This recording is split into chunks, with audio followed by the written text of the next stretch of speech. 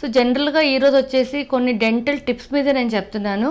జనరల్‌గా మన దగ్గరకు వచ్చేసి ఏందంటే పళ్ళ మధ్యలో సందులున్నాయని వస్తారు. గ్యాప్స్ ఉన్నాయని వస్తారు.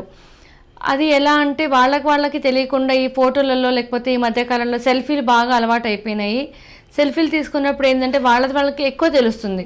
అంతకుముందు అంత అవగాహన లేకపోయేది. సో వాళ్ళు కూడా ఏంది టైము ఇవ్వరు మాకు యాక్చువల్‌గా.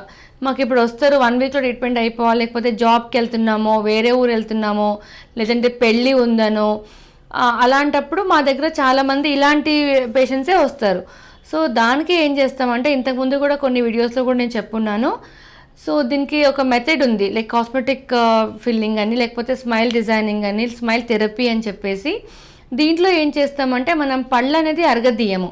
సో జనరల్‌గా ఏంటంటే గ్యాప్స్ ఉన్నప్పుడు as a doctor, as a డెంటిస్ట్‌గా ఫస్ట్ ప్రిఫరెన్స్ మనం బ్రేసెస్ వేసుకోమని చెప్తాము. కానీ ఆ బ్రేసెస్ అనేది మినిమం మనకు 8 మంత్స్ నుంచి depending on the patient severity పట్టేసి 12 మంత్స్ లేకపోతే 14 మంత్స్, 16 మంత్స్ అలా ఉంటుంది. కానీ పేషెంట్స్‌కి ఆ జనాలకి అంత టైం ఉండదు.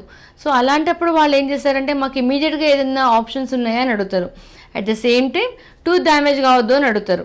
సో అలాంటప్పుడు ఈ టెంపరరీ బేస్ మీద ఈ కాస్మెటిక్ థెరపీ కానీ, స్మైల్ డిజైనింగ్ అని ఏమైతే అంటామో దానికి వెళ్తాము.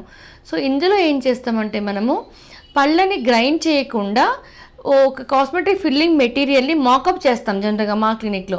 మాకప్ అంటే ఏంటంటే ఫైనల్‌గా ఎలా తర్వాత ఎలా ఉంటుంది అనేసి ఫస్ట్ పెట్టి చూపిస్తాం. So will take usually like treatment కంటే ముందు ఎక్కువ ఫోటో తీసేసుకొని తర్వాత అది చూపించినప్పుడు they can make out the difference ఎలా ఉంది అని చెప్పేసి. సో వాళ్ళకి కనుక నచ్చింది అంటే then we go for the final filling అనేది ఫైనల్‌గా చేయడం అనేది జరుగుతుంది ఇక్కడ. సో ఇది ఎప్పుడు వస్తుంది అంటే జనరల్‌గా పెళ్ళిళ్ళు ఉన్నాయి, లేకపోతే ఎంగేజ్మెంట్ ఉంది, నాకు ఇమీడియట్ 1 వీక్‌లో కావాలి. మనం 1 వీక్‌లో ఏంటి పెళ్లి కూతురు చేసేసాము, మాకు కుదరదు మళ్ళీ రావడానికి అంటారు. సో బేసిక్‌గా ఈ ప్రొసీజర్ వచ్చేసి మనకు హాఫ్ అన్ అవర్ టు 40 మినిట్స్‌లో అయిపోతుంది. సో ఈ ట్రీట్మెంట్ మన 3 క్లినిక్స్‌లో 3 బ్రాంచెస్‌లో కూడా అవైలబుల్ ఉన్నాయి. ఎవరైనా సరే ఇలాంటి ఉన్నప్పుడు టెన్షన్ పడకుండా విజయ డెంటల్‌ని కన్సర్న్ అయితే కనుక ఖచ్చితంగా మనం వాళ్ళకి సలహాలు ఇచ్చేసి ట్రీట్మెంట్ చేయగలుగుతాము. కానీ అగైన్ మళ్ళీ ఇది depending on their food habit life long అని ఏది ఉండదు. జనరల్‌గా ఏ ట్రీట్మెంట్ కూడా లైఫ్ టైం అని ఉండదు. So depending on food habit కొంచెం జాగ్రత్తగా కనుక చూసుకుంటే 3 to 5 ఇయర్స్ వరకు మటుకు ఖచ్చితంగా ఉంటుంది. సో ఆ తర్వాత కూడా ఏంటంటే మళ్ళీ కావాలంటే వాళ్ళు ఫిల్లింగ్ చేయించుకోవచ్చు.